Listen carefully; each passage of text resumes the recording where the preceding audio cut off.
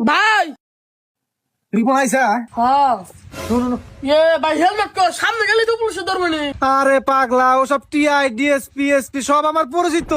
আসলে আরে কালকে একসাথে চা খাইলাম।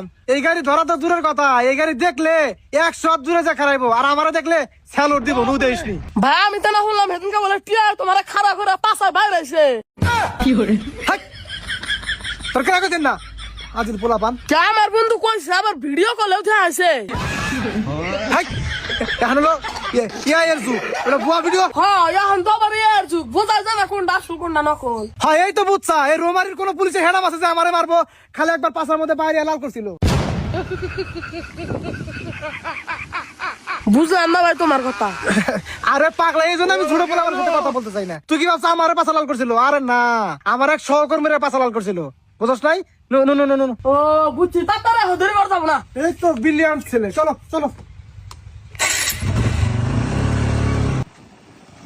খারাস না মরতে পারে, যা পারে যা। আল্লাহ রে